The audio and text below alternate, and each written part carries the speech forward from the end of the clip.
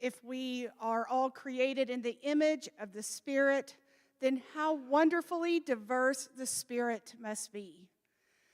The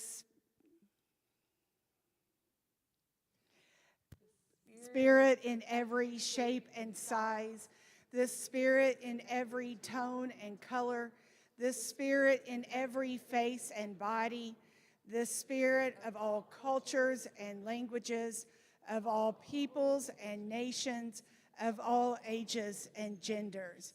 When we cease to see the Spirit through the keyhole of our own comfort and witness the grandeur of the Spirit without limits of definitions, the image becomes infinite and the subject becomes intimate.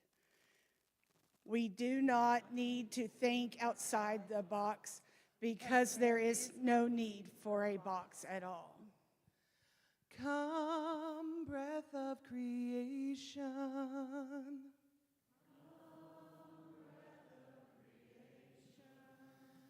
Come, breath of creation.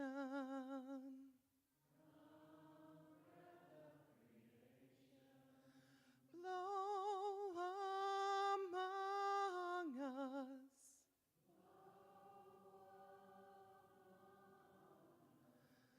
Come, oh, come.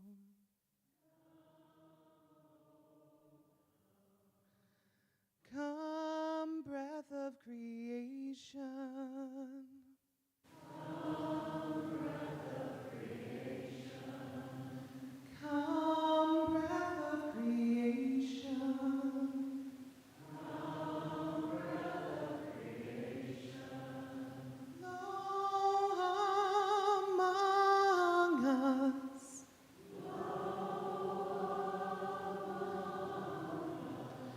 Come, oh, come.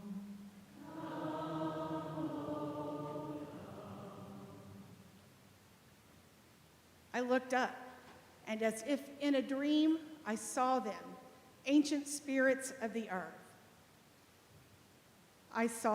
Please join. I saw them come from the mesas, gliding on rain clouds above the desert, flashing lightning as they passed. I saw spirits from the forest, rising up to dance on the trees. I saw mountain spirits trailing snow-white capes of wind, and I saw the spirits of the sea moving like a storm toward the land. The earth is not barren, but alive, filled with the spirits of life, the forces of nature around us, old powers from the beginning of beginning.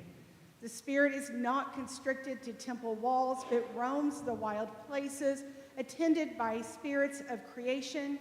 We have only looked to see them. Come, fire of justice.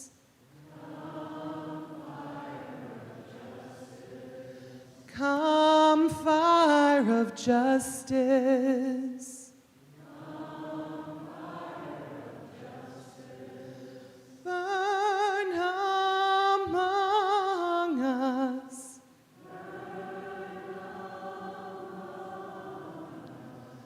Come, oh, come. Come, fire of justice. Come, fire of justice. Burn among us.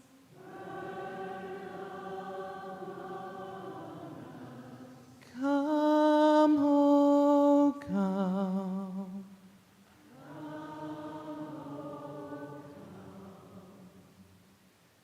I will not stop caring, whatever the cost. I will not cease loving, no matter the consequences. The political winds may howl above me, scattering people like leaves in a storm, but I will hold fast to the common ground, the wisdom that once formed us. Different, Difference is not a crime. Diversity is not a threat. Disagreement is not a failure. Community requires of me what it requires of others. A commitment to share in the process of justice. There are no expendable human beings in that process, only a sacrifice of privilege. For the sake of the many, I will not stop caring for the few. In that spirit, and in the spirit of our Lutheran understanding of the priesthood of all believers, I invite you to share with us in a statement of faith where we share what we believe about our vocation as Christians, as followers of Jesus. I believe we are here for a reason. I believe we were not born into this generation by accident. I believe that the community of which we are a part came into being with a purpose. In our time, when so many shadows hang over our world, our task is to be an alternative light. Where there is doubt, we can inspire hope. Where there is anger, we can offer reconciliation. Where there is prejudice, we can embody shared respect. To do this, we do not have to agree on how we pray or how we vote. We only need to agree that what unites us is stronger than what divides us. Our vocation is to show the world that love is stronger than fear. And for our closing song, we will follow this theme of our love being stronger than fear by singing a prayer together where we will pray no fear and safety and peace and happiness over all. And we'll start with ourselves, expand into this room, out into the world, and back into our own hearts. So for this song, for the first time through, so that we can learn it, and I'll sing a line and have you repeat it back to me, and then after the first verse, we'll just sing them together, okay? In this body, no fear. In this body, no fear. In this body, safety.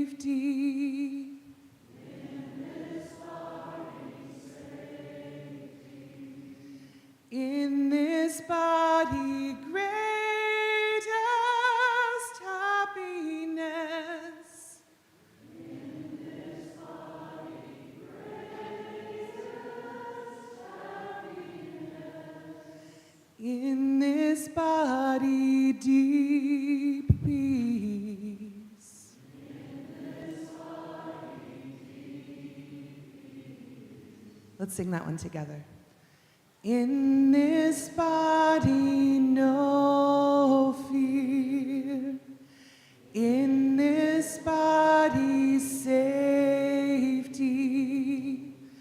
In this body, greatest happiness. In this body, deep peace. In this church. In this church, no fear, safety. In this church, safety, greatest happiness. In this church, greatest happiness, deep peace. In this church, deep peace. In this city, no fear. In this city, safety. In this city, greatest happiness. In this city, deep peace. In this country, In this country, no fear. In this country, safety. In this country, greatest happiness. In this country, deep peace. In this world. In this world, no fear. In this world, safety. In this world, greatest happiness. In this world, deep peace. In this heart. In this heart, no fear. In this heart, safety. In this heart, greatest happiness. In this heart, deep peace. Let the wheels turn. Spirit, let them turn. Wheels of truth, wheels of justice, let them turn. Even if it pains us to see what they show, even if it deepens our sorrow or our shame, let them turn, for we know that we will never move beyond this point unless they take us there. We cannot ignore our past or avoid our present. We must confront them both as clearly and as honestly as we can. We must see the depth and breadth of the challenge before us. We will not survive as one people living in two separate realities. We must turn to face what is real, whether we like the look of it or not. So let the wheels turn. Wheels of truth and wheels of justice, let them do their work, openly, carefully, until they begin to create the transparent foundation of our new community. Prevent any hand from seeking to stop their progress. Spirit, for in the light of truth and in the integrity of justice, we will find the unity that we need to restore peace to our land. Amen.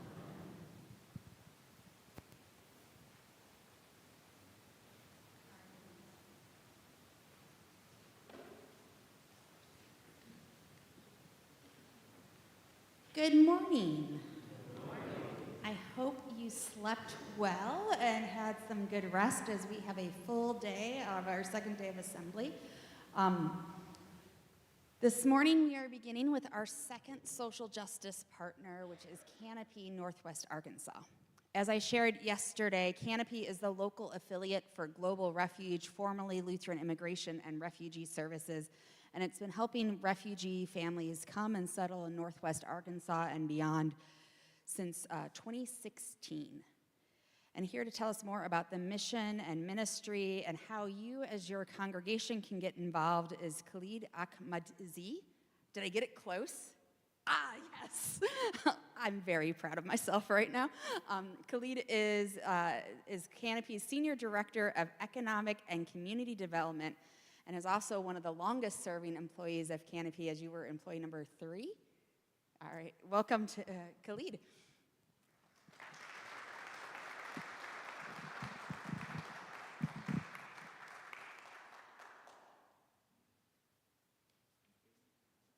I borrowed a cup here.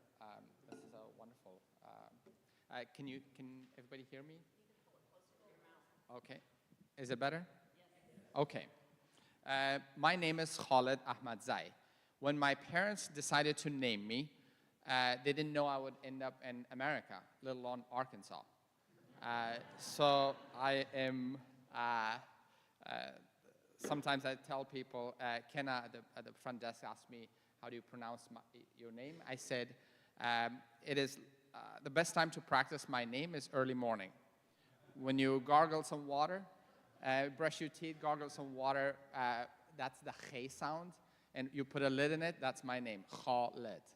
And supposedly there's a DJ as well named DJ Khalid, for those who know, but he misspells his name and also mispronounces his name. So that's my beef with Khalid.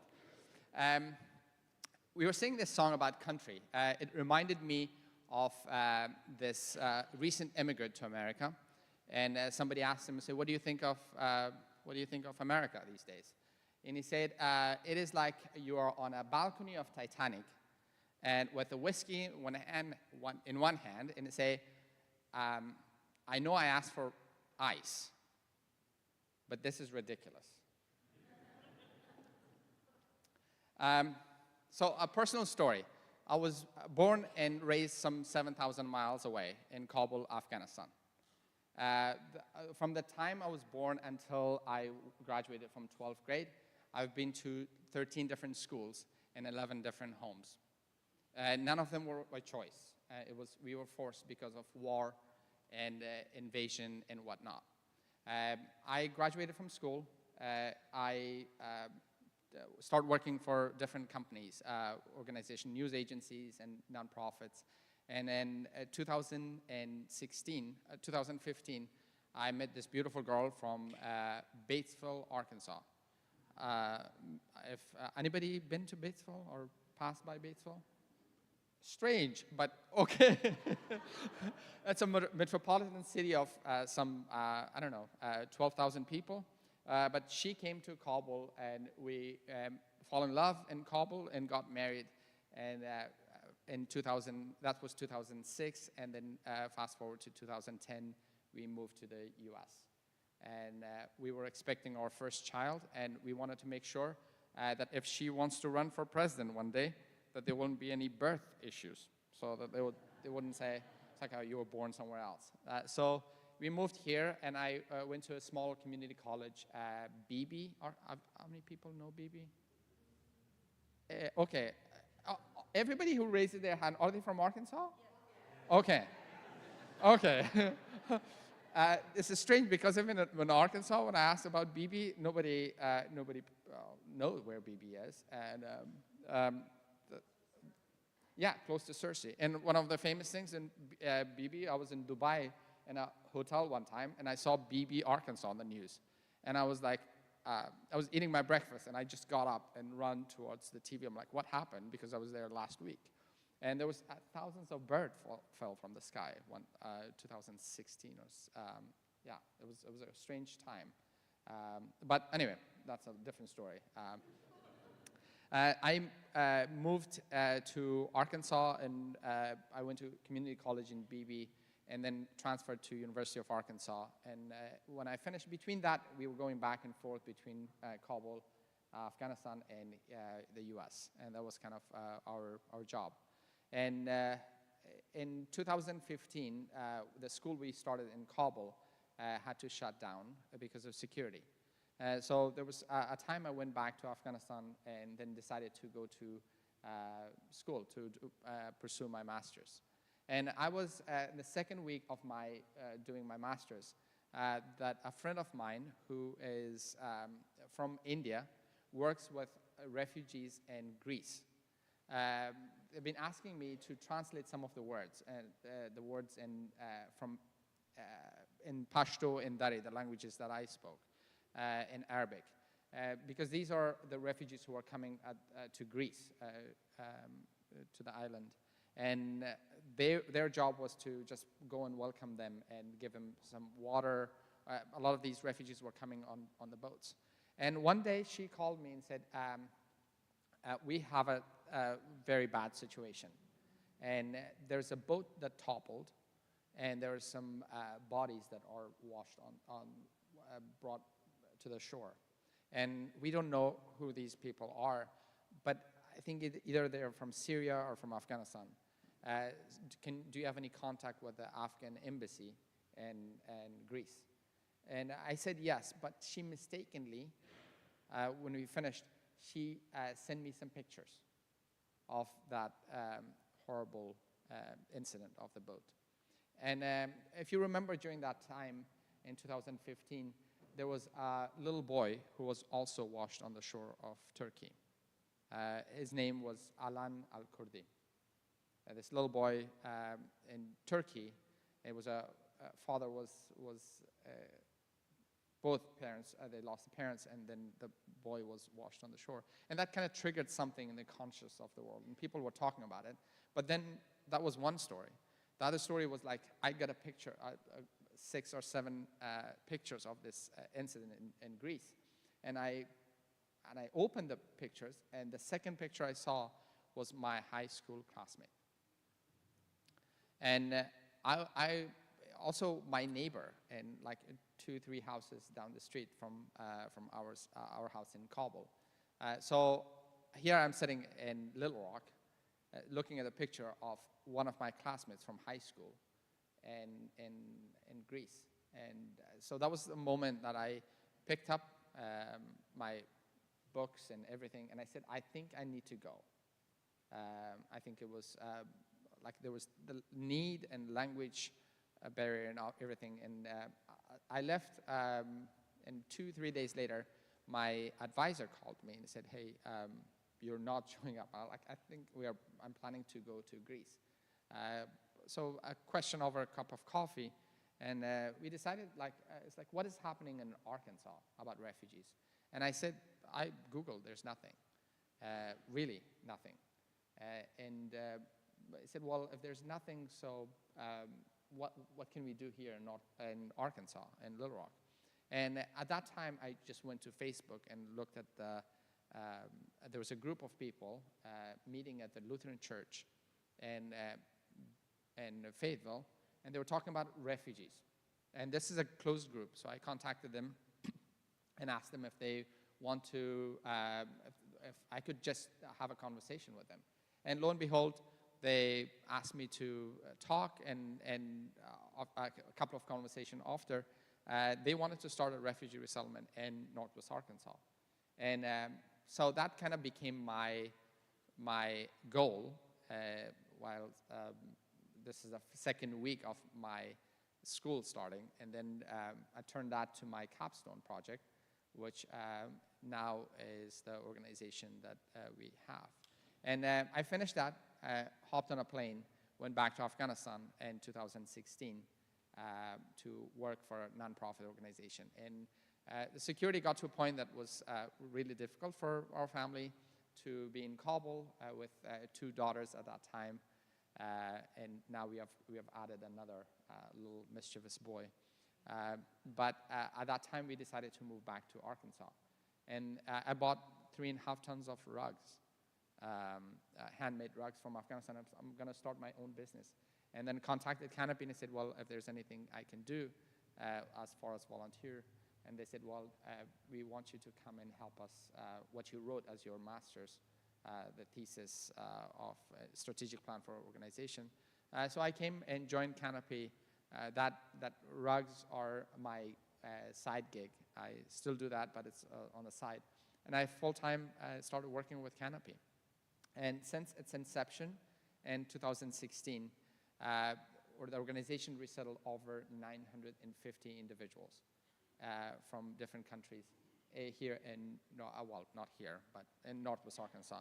It tells me I speak in Northwest Arkansas quite a bit. So we started the organization, and from there, I just seen how the faith community just played a huge part in that. I mean, it started at the Lutheran church, in the basement of Lutheran church there, but it just didn't stay within those walls.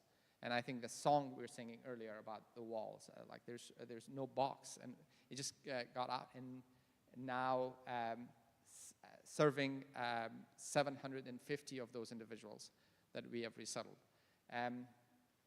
The services that we provide is from housing to entrepreneurship to obtaining a job and to after-school activities. So it's a plethora of services that we do continue to provide.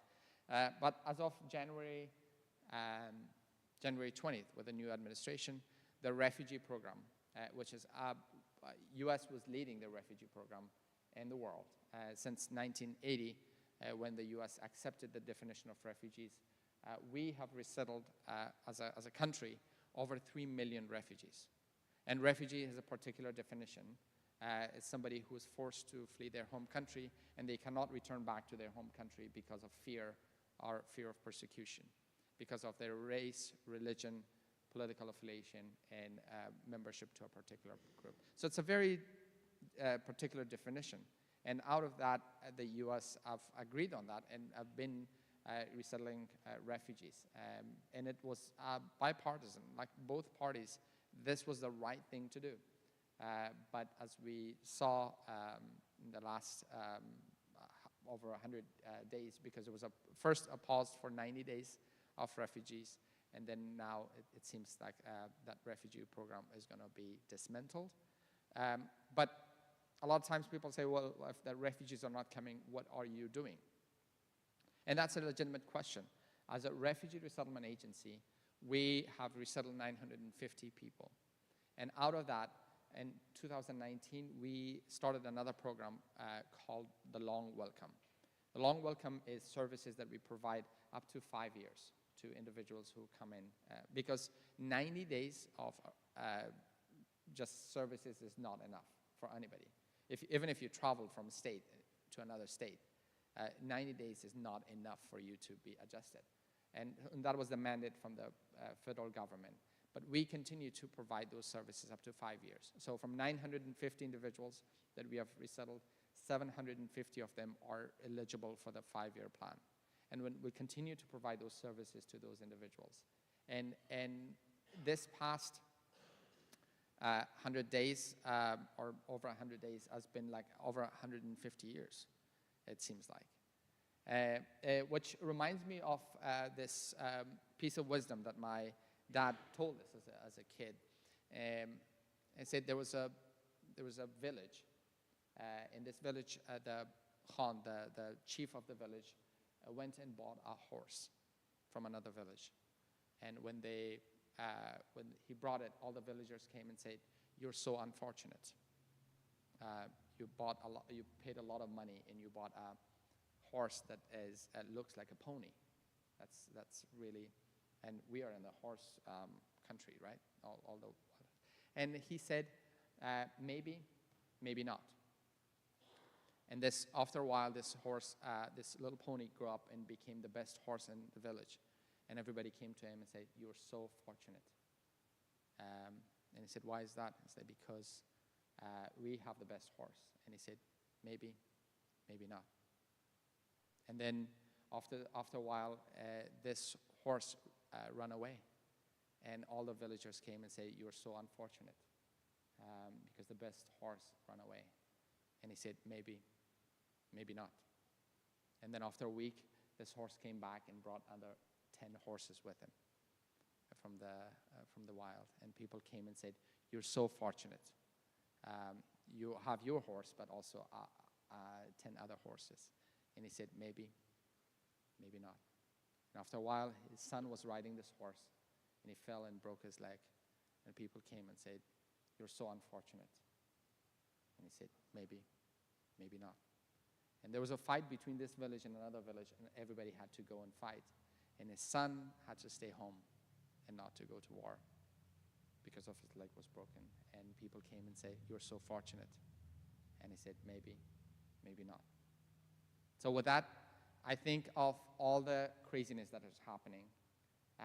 The last 100 days, I was the witness to see how the faith communities have stepped in.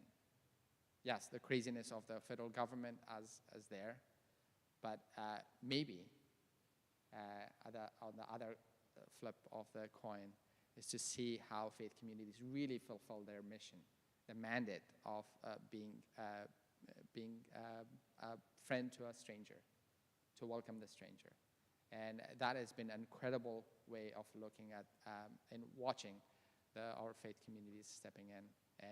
And yes, despite all this craziness of the government, the faith community did play a part in bringing us to where we are in a larger sense. But they also um, I witnessed that when we appealed to them about whether it's volunteer or any kind of assistance, they stepped in. They stepped in and showed they're leading the path forward with our new neighbors who are coming to Northwest Arkansas. And we are so fortunate that out of that individuals, we have businesses that have started in Northwest Arkansas. And if you're in all the Arkansan folks, and also we can maybe deliver it all the way to Oklahoma. But we have businesses that are started by our refugee clients. We have incredible colleagues. My colleague Mugisha is here, and we're going to have a workshop later. And we'll talk about all the details. There's a lot more stories that we don't have time to really talk about it. But this is incredible community who are coming in 2016, 2013 when I moved to Northwest Arkansas. I felt like I was an endangered species. I really did. I haven't seen any, like the entire Walmart had a little section for the entire continent of Asia was there. It's like Asian food. And now we see the diversity that they bring in. We have stores, we have businesses, we have the taste of home is coming in slowly, taking part in that region. And I've heard about like all the incredible things that are happening in Tulsa. Oklahoma was one of the largest. When Kabul, Afghanistan fell, Oklahoma was, without any history of refugee resettlement, Oklahoma stepped in and brought in 1,500 Afghans to Oklahoma City and Tulsa. And I was sitting there, and it's like I never, ever in my wildest dream would have thought that we will have over 1,000 Afghans living in a neighboring state, let alone, and then you all have done an incredible job of welcoming those. And our hope and dream is to go through this cycle of craziness with the help of our faith communities and with the help of our refugees who are coming and making this country their home. That we'll go forward and continue to bring a diversity tapestry of new life and new beginning here in Oklahoma and Arkansas. Well, thank you so much for the time. Appreciate it.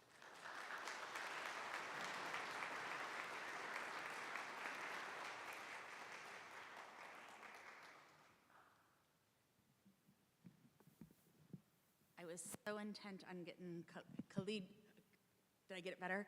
Last name right that I completely butchered the first name. But in my defense, my husband used to have a roommate who is same spelling, Khalid. So he must pronounce it wrong. So at this time, I'd like to welcome back Kenna to give us our Saturday registration and credentials report.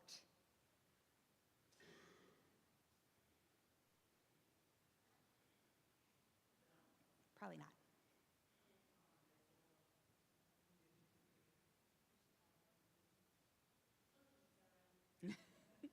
All right. Oh, hello. Rostered leader voters, we have 17. Lay voters, 53. And visitors, 14. Thank you so much, Kenneth. So now we are moving on to elections.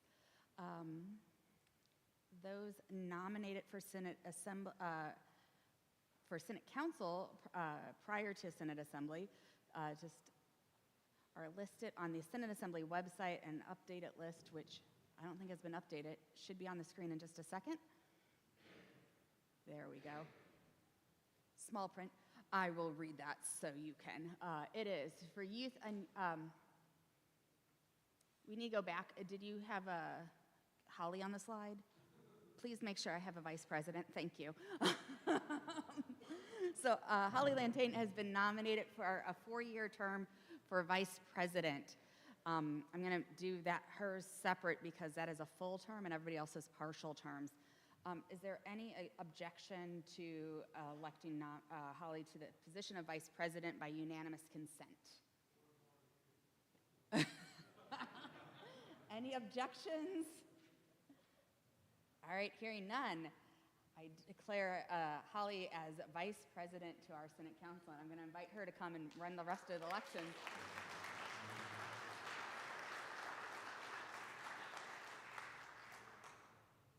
Madam Vice President, your first job as reelected.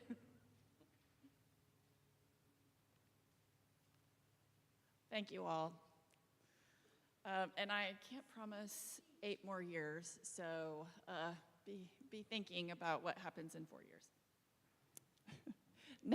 Now moving on to the other election, or the other open positions. And the reason that we are filling unexpired terms is to keep a rotation on the council. So that is why they're not being elected to full terms.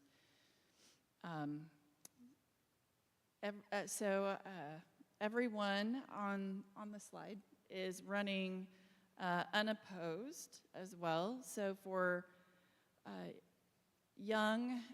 youth and young adult ministry team leader, David Searcy.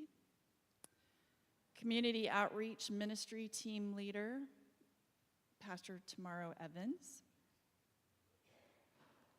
Cluster coordinator for Cluster 1, Daniel Evans. Ecumenical representative, Pastor Jackie Bouchard. Dean's representative for a 1-year term, Pastor Cara Farrow. Women's representative, Susan Humphrey. And LYO representative, Rebecca Gillin. Is that Gillin? Sorry, Rebecca. Is there any objection to declaring all the nominations, all those nominated by unanimous consent? Is there any objection? Hearing none, I declare the following, or all of the individuals elected to their positions as they were nominated. Congratulations to everyone.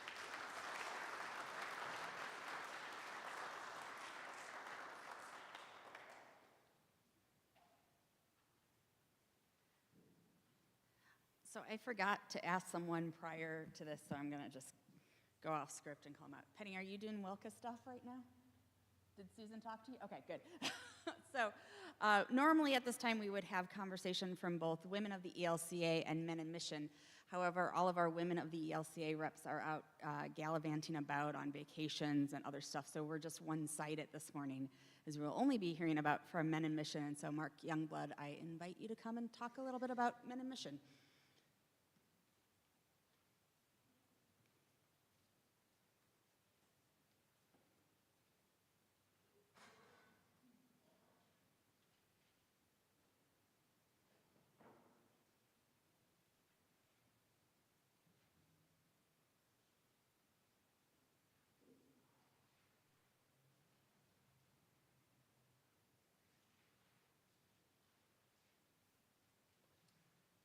Good morning. My name is Mark Youngblood. Thanks for all of you to being here today. I've started 2 flyers.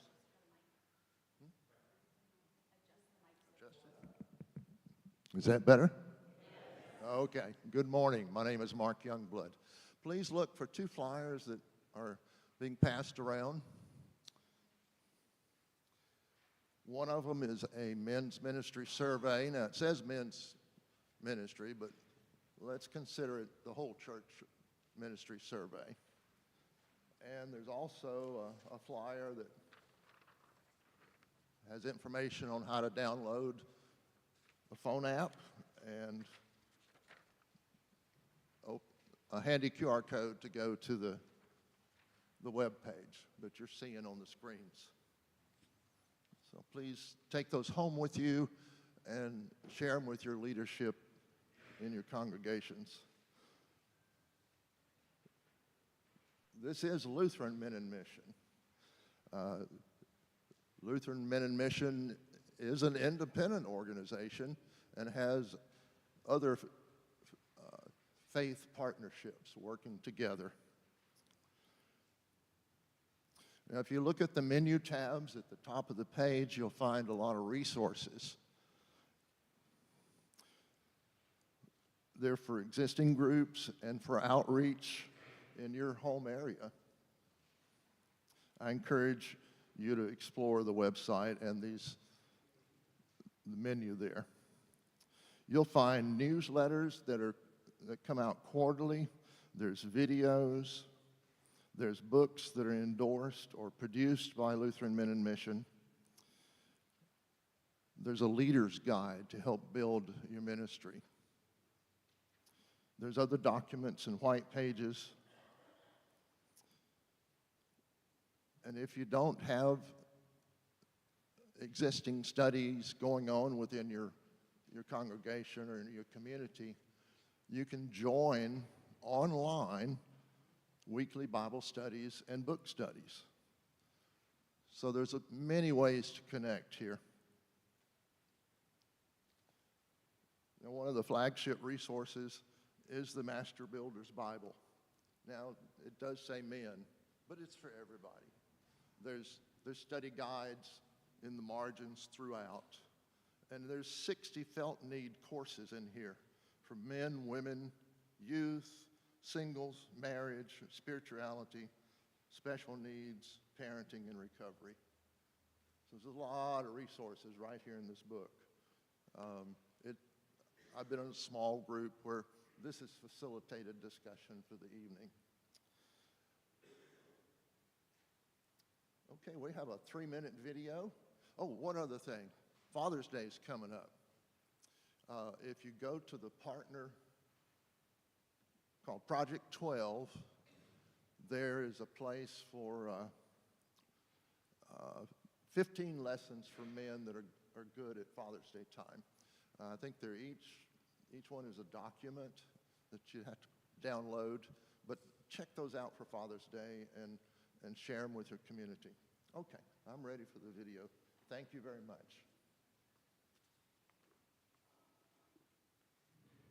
Hi, I am John Sundquist, Executive Director for Lutheran Men in Mission. At the end of 2024, LMM successfully saw the end of our Reach Boldly campaign, a 3-year strategic plan to prepare us for the challenges of today and tomorrow and for years ahead. There's an epidemic happening in America right now. It's not one you read about or see on the news, but it's one that affects each and every one of you in ways big and small. Only 26% of men attend church. That number is even lower for men between the ages of 18 and 40. That means that 74% of men do not grace the doorway of any church or house of worship in any given year. 65% of men self-identify as being lonely. That's 2 out of 3 that have no close friends or anyone to confide in. 90 million men are not involved in any form of discipleship. And only 10% of churches maintain a vibrant men's ministry. So it's not surprising that only 10% of men participate in any sort of men's ministry. Well, this year through 2027, LMM has crafted a strategic goal to meet that issue. It is simply titled LMM Is. LMM Is stands for Leading, Model, Multiply, and Sustain.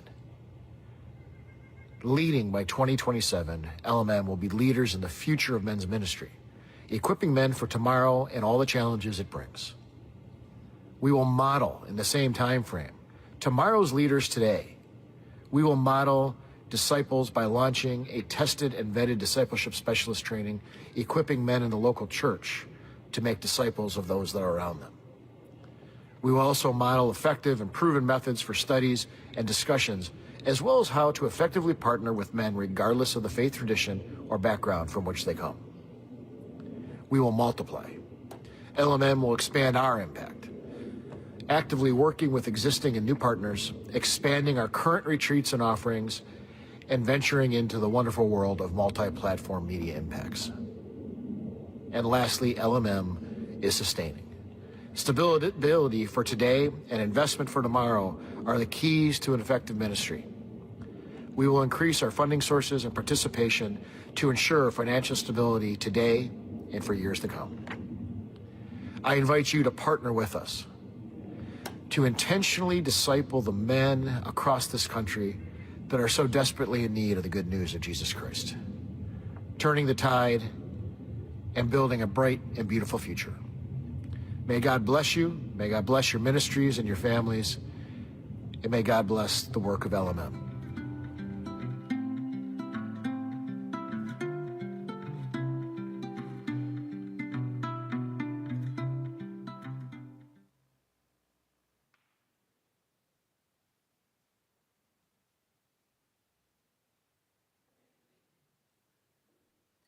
Thank you, Mark. Our third social justice partner that we are hearing from this weekend is Oaks Indian Mission. Oaks has been a longtime partner with the Synod and with many of our congregations, as most of you raised your hands yesterday when asked if you in some way partner with Oaks. Oaks' roots is 224 years old, and it goes back to Georgia when the Moravian Church cared for the Cherokee people. And however, this is one of the first times in recent memories that Oaks has been able to talk about their ministry and mission here on the AOK Synod Assembly stage. And so I welcome Dan Cooper, their executive director, to come and tell us about what is happening at Oaks and give us some of his lovely, wonderful twang that he has.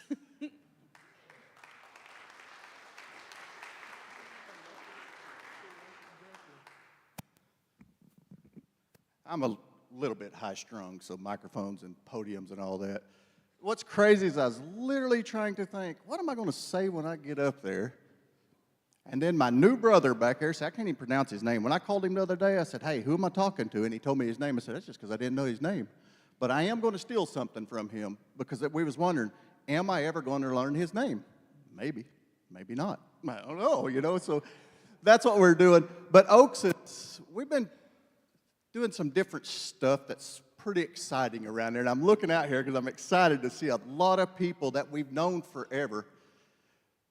But what we've changed in some of the ways in 200 and some years is we've added programs. Not take away, but we've added to that. And it's been a long time, if ever, that we've done something there. And it takes someone pretty brave to do that. Can you imagine being a brand new executive director and sitting down on the board, the very first board meeting, and say, guys, I can't raise money unless we're going to do more.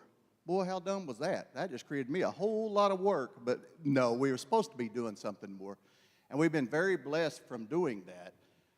Once we started this program, we're literally multicultural. When I hear diversity, there ain't no one more diverse than Oaks Indian Mission anymore, because there's underlying reasons and why we do some of what we do. And some of that is probably, and I don't like it to be about me, but I think it'll give an understanding of why we're doing things. Because I struggle with, how does God talk to you? That's been my biggest thing. I've always grew up with that. We all wonder that. I'm looking here at a lot of the men. We're always saying, how do we know if he's talking to us? What's crazy is when you actually just give up and say, hey, whatever you want, that's what I'll do. It gives you ideas, different ways. One of them was, a few years ago, me, Stephen Phelps, Bishop Mike, and Nassar. Everybody says, who's Nassar? I'm thinking, well, okay. First time I ever got to go to one of the meetings in Kansas City. That was whenever we're part of the ELCA Foundation. It was the very first one. The very first one for Nassar, which is an Afghan guy, to be there. I remember us all sitting there, and I'm asking Steve, and I'm asking Bishop, and all them. I said, man, was he an interpreter in the military? And he's like, oh, we don't ask that. And I said, oh, I do, because my background's in military, law enforcement, high school football coach. How do you end up at a ministry? This is God talking to you. He's giving you some direction. I'm looking at my other law enforcement guy over here. So when we sat down, I asked Nassar. Now, of course, I was giving him a hard time, giving him some really horrible drinks to see what he'd act like that was American drinks, just because I thought it was funny, because I know him. What was cool, though, is when he sat down, I got injured. I jumped out of aircraft in 2002, 3, somewhere when the war started. Well, my chute didn't open. Ended up with a metal leg, vertebrae fused together, and retired out of the military. When I talked to Nassar, his very first call, he was an interpreter for the United States military. His very first unit was my unit. He took my place. That's how I look at that. Because I was left back over here, so he interpreted, and for 12 to 13 more years, he served with that 101st Airborne Unit. First time he was Kansas City, first time I was there. Now, if that is not God talking to you, saying, hey, look what we need to be doing with what we have in front of us. Because my mom, we are not, when I grew up, I graduated Oaks High School, which is Oaks Indian Mission, you know, the school over there. I'm the only one that didn't get a cap and gown paid for. I said, whoa, my mom and dad's poor too. How come I ain't getting it? And they said, you're not Indian. I said, what? I didn't know I wasn't. I mean, how do we not know that? But my mom grew up very, very abused at a young age, 12 brothers and sisters and dads and stuff. She did not get the opportunity to come over to the mission because of the race. That has always hit home to me because I don't see color in people. I don't see different things. I see people in need or people that's, I either like you or I don't. And that's how we try to, I'm not meaning that in a mean way, but that would have gave my mom an opportunity to maybe get out of something early in her life. She is almost 80 now. She still keeps her head bowed down. She don't think she belongs. She will not sit at the front of a church. She won't walk into somewhere because she don't feel she belongs that way. My goal when we took the mission is our kids will not be below anybody else. That's anybody. We will not bow our heads to people, and it's not being cocky, it's not being that. It is life. We have to prepare the kids to be stepping out into the real world. I understand it. It sucks the life they're going through. We had a board meeting, just a retreat 2 weeks ago. We wanted to know, what is your why of being on Oaks board? Why? The one thing I picked up out of all of that, because my brain works different than most people, it ain't normal, so. But I listened, every person in there, and we've got some really good board members and stuff. Every one of them successful, good families, but the one thing we picked up, every one of them has mom and dad in their life. So when our kids come there, can you imagine the challenge we're at? They don't have either one. We now have the very first valedictorian, after 3 years of him being there, valedictorian from there. That's a huge thing at Oaks because we are there to be educated because we're giving a kid an opportunity when we step out into the real world. We have a kid that has a speech impediment, used to never be in front of people. By God, he leads FCA, FFA, football, still got the speech impediment, but he's proud of what he's doing now. And that's just a different way when I coached, because, again, I was a high school football coach. Cross country we had, and most of them was mission kids, towing the line, scared to death, at the very end taking a back seat. Well, again, my personal deal is we don't take a back seat. By God, by the second year, we're standing in the middle of the deal against Broken Arrow, which is 100,000 times bigger than Oaks, Oklahoma, competing. We lost state by 500th of a second. Second year we're doing it. And all that is allowing people, and especially our kids, to feel like they belong. Every one of us in this room has been in that situation where we're like, ooh, do I go into that? Why do I got to take a back seat? Why do I have to do that? Are we about equality and stuff at the minute? Yes. But we also understand equality, diversity, and all that still comes with work. We will not give you a handout. We'll give you a hand up. But we won't do the handout because I believe in the long run, it sets you up for failure. How can we work? We got to be compassionate about what we're doing, but we also got to prepare the kids to be stepping out into the real world. We do not want what mom went through when she's 80 and still.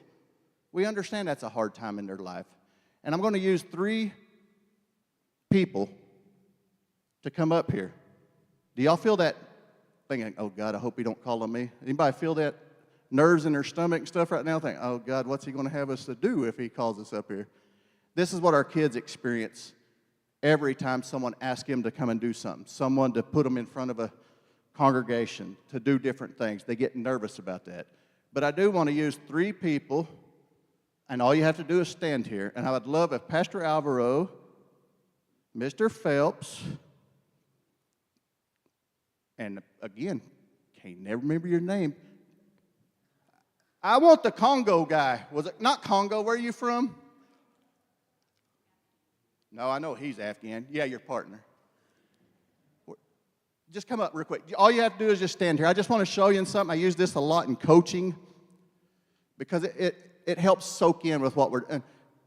And y'all see why I use them here in just a little bit. I need the two shortest ones. I need you right here. Pastor Alvaro, I need you right there. I'm going to use the biggest guy here. I need you way over here. And we do this, but we do it on a basketball court, but it makes sense. I just wanted to do something because, and I kind of done this because this is the mission right now, guys. It's so different than it's ever been there, and it's so exciting. But what I was wanting to show you on the kids' side is when we get our kids, here is 0 to 18, right here. Here's their life that we're trying to deal with. But ultimately, look at what their life is from here to there. So if we don't prepare in this little bitty area, look what we do to that generation for the rest of their life right there. So I understand it's hard for them right now in this life right here. But if we are not compassionate enough to say, by God, you're going to suck it up. You're going to have to figure it out. This is what we affect. And if we can't get out there in the real world, have families, have different things, raise a family. Because what is success? We don't know. But we know this right here is not life. This is where we're supposed to mess up. This is where we're supposed to learn from our stuff. Our kids should not be just booted out of a program and stuff because we made stupid decisions. Think of every one of us growing up. Y'all can sit down. I sure appreciate it. I just need y'all's props. But think of the thing that if your parent booted you out every time, if they did something wrong with that. Now, with that being said, you do have to grow up. You have to make a decision. What we can do is give you the opportunity. We've got a kid right now that's got, 13 scholarships right now? We're going to give him every opportunity in the world, but it is going to be up to him to go to school. Because once they graduate from there, they're no longer ours, but they are because we're going to do that. So we're excited with the kids, the different way we're doing it. With the scholarships, we got foundations. We partner with Steve. Well, we've always partnered with, but me and Steve's really sat down. Just within the last 3 years, we have been very blessed to increase our endowment, to actually build the endowment. And he told me just perfectly, just a second ago, he said, how does someone don't even have 2 quarters to rub together manage to do that? It's because of all of y'all, your congregations and stuff. And when God's calling you to do something, we do it. We don't know why we're doing that. We just do what we do. We've been very blessed to be able to do this. With our kids being able to move on, do other things. We are smaller than we've ever been there. But we did that intentionally. I was a school teacher for many years. What does boys do when you mix girls into the deal? We don't pay attention. We bow our chest. We do all of that. At the mission now, we have a vocational building. We are trying to learn welding, a vocational skill, carpentry, auto mechanics. We've started an archery program.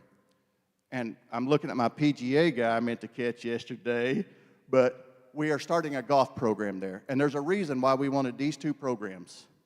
Not only am I passionate about them, but they cause you to focus. There's nothing else matters except that little round ball or that arrow where you're shooting it at. If we can learn to focus on that, then we can focus on some of our past traumas and different things like that to do a different way. With that, my wife, 27 years, can you imagine her keeping up with me for 27 years already? But she is a direct descendant of the Trelatiers. Her family, she's been at the mission 20 plus years already. But by her family coming on the Trelatiers and ending up at Oaks, now she is giving back. And she is the one that brought it up to me that we need to be doing more because this is where it's time for us to give back. The mission has always benefited from every congregation, every Lutheran church. The other thing is, I'm glad I just now remembered that, we take no state, federal, or tribal money. Never have. Not by choice, but in a way, there's a reason we've been around 225 years.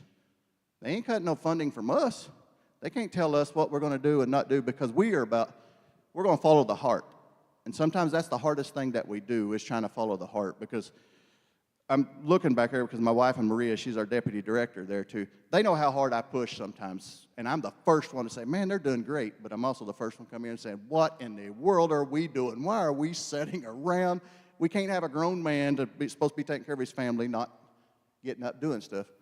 But I had Bud Christensen from Nebraska, wrote a lot of books and stuff, come to me a while back when I started this program. He's prison ministry. He said, Dan, you're going to have to slow way down. Because I'm an A and Z guy. I don't care about none of the middle. Tell me what we need to do. Here's how we're going to get it done. I don't care about the middle. He said, when you're dealing with lives, you'll have to slow down. So I just took myself out of the programs. That's how I did that. Because I knew better. I was like, nope, I'm too hot-headed on that one. But our programs has really took off. We've called it every name in the book, trying to say, is it immigration? Is it humanitarian aid? Is it displaced people? We don't know what we're calling it. We're learning what we're doing. We've already tried to partner with Canopy. We've been partnered with El Centro for a long time. So, I mean, everybody can throw these ideas out. But we've had 10 different countries right now, including Native Americans, including white, including everybody, Canadian. We don't care who you are. We want that humanitarian aid side says, if there's a church member that lost their house in the church, we have a place that you can stay for a little bit. We can give you the hand up that every one of us needs every once in a while in life. That is our goal with that. Now, is it challenging? Yes. Because we come in, we expect something from them. I mean, again, a handout or a hand up. So you come here, we expect 5 hours community service. Okay, you're getting home, food, electric, water, all of that. Within the 5 hours, we've re-roofed houses there. They've remodeled bathrooms and stuff. See, that now we're giving back to the ministry side of this, of the mission, but it's also teaching that there's nothing that's free. Don't just stick your hand out. Let's figure out how we can do that. But the families we've had a lot now that's jobs, stable in the world right now. We've had some that maybe not fared so well there. But all we can do is just figure out what are we trying to do. Because we don't know, I'll be honest, we don't know what we're doing. Does anybody really? I mean, we try to help the best we can. All you got to do is just have faith. And that's weird for me to be saying that because I believe God puts you in places for a reason. This is one job that there was no way I thought I would ever do because I seen Pastor Don, Marshall, and he's a pastor. What in the world am I doing in this role here? That's when I knew God had a sense of humor because he's like, let's see what this, because I was picturing it this morning thinking, what am I going to say when I get there? But I picture God up there right now, leaned back in his chair, got his flip-flops on, and he may be lighting a cigar right now and thinking, man, I'm wondering what this crazy sucker's going to say when he gets up there in front of all these people. It's almost like a joke to him, but I think it's an important thing. But the reason I believe that God places you in places is because maybe I don't know the church politics side. Maybe we didn't need that right now. Maybe we needed someone that says, we're going to bring more people in. We're going to try to provide what we're going to try to provide. And in closing here, it goes back to how does God talk to you? When I first took this job, I got gray-headed within no time. Now, remember, I've already been to mission 8-10 years with Reverend Don, and he telling me all the errors I do in my life. But I felt like the responsibility, because when you don't take state, federal, tribal money, you raise every penny. Every penny. It's $77,000 right now a month to run the mission. And we're very appreciative whenever we get a $3 check in the mail. But you can imagine, you get that $3 check, you've still got, $69,300, So it's stressful. I kept thinking, we have to change the world. When I took this position, you got to change the world. You got to change these lives. We're awful small where we're at. We're not helping enough people. So I struggled. I challenged, said, man, I can't do this. I mean, employees depend on you. Kids depend on you. Families depend on you. Churches depended on you. I'm saying, I can't do this. We can't change enough people's lives. Middle of the night, I got King Corsos. I don't know if y'all know them. These are some ornery dogs. I mean, they're very big. Pastor Alvaro and them's a little scared of them, but there's a reason I said it. But he actually sleeps in bed with me. He's about 100 pounds, and he is, 100% loyal. The middle of the night, a few years ago, right after I took this job when I was struggling with that, I literally jumped up out of bed, thought, what? Well, of course, my cane Corso, he jumps up to it and says, what is it? He's ready to go get after it. It was literally like God just reached down and said, hey, you don't have to change the world. Change one life. That one life now will go change another life. So with us being small, you're talking about taking pressure off of you, because now, what is our purpose here to be doing? Maybe it is to change one life. Everybody's here today for some reason.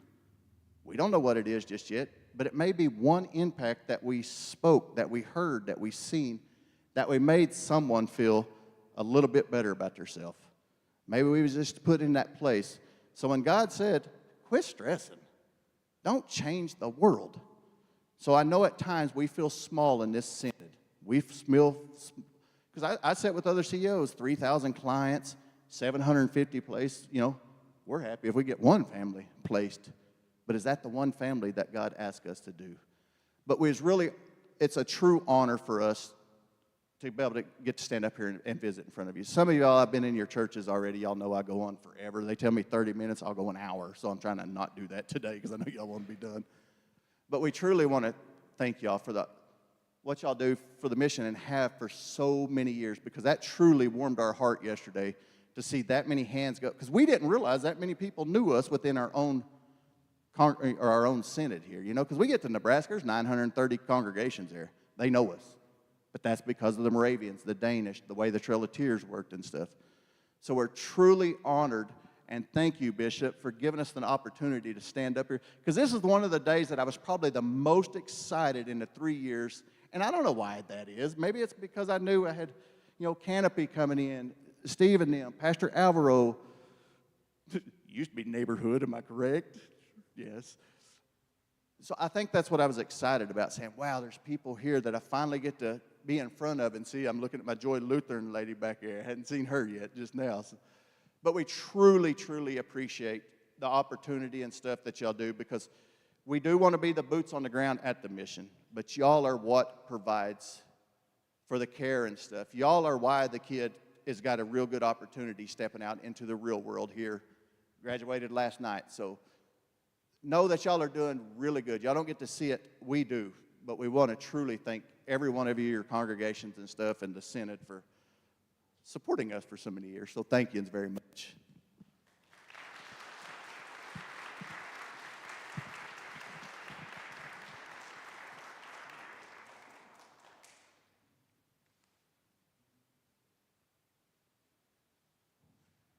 I don't think Dan took his full half hour, which I think is the first time he ever did not talk as long as he could have. So, Dan had mentioned a few times about the Oaks partnership that is happening with El Centro and with Canopy, and I just wanted to point that out again, that Oaks has had, for the humanitarian aid side, some of the families that were referred to them from El Centro, and just recently they had a truck that they were wanting to donate to someone, and Canopy was able to take it. And so I share this because I think often when we think that we are going to reach out to multiple organizations, that somehow it's actually going to diminish the work. And really all it does is strengthen the network that is happening. And it has been good to see the partnerships that have been developing between our social justice partnerships themselves. And I especially want to thank Stephen Phelps, who helped facilitate some of those early partnerships and networking, and also networking us with the Synod, with some of our social justice partners too. So thank you for doing that, and thank you for more. You can hear more about Oaks at the afternoon workshop, and more about Canopy and El Centro at this morning's workshop. And speaking of, we are going to break shortly for workshops. We are running ahead of time by a bit. So just a reminder about a bunch of announcements first. Our workshop leaders, just a reminder that if you need tech for it, to please check that out the meal before your workshop, and if you have issues, talk to Pastor Peter Olson. The workshops should be up on the screen in just a second. They are welcoming the stranger, the work of refugee, and work of the church with our Canopy partners. El Centro, Canopy is in room 202 upstairs. El Centro is in room 204, also upstairs. Queer Confirmation will be in room 205. Spreading the Christ's love and one bowl at a time about Soup Sisters is in room 106 on the first floor. Ministry of the Red Cross is in the Hosanna room. A reminder, that is if you start down the long hallway, I did not include this in my directions yesterday. Go through the first set of fire doors and immediately go to your right. Don't go down the hill. Do not decline. And then also laundry ministry, it will be up in room 206. You are there are better descriptions about all of those on the website. There's also a few signs about that have those descriptions on them.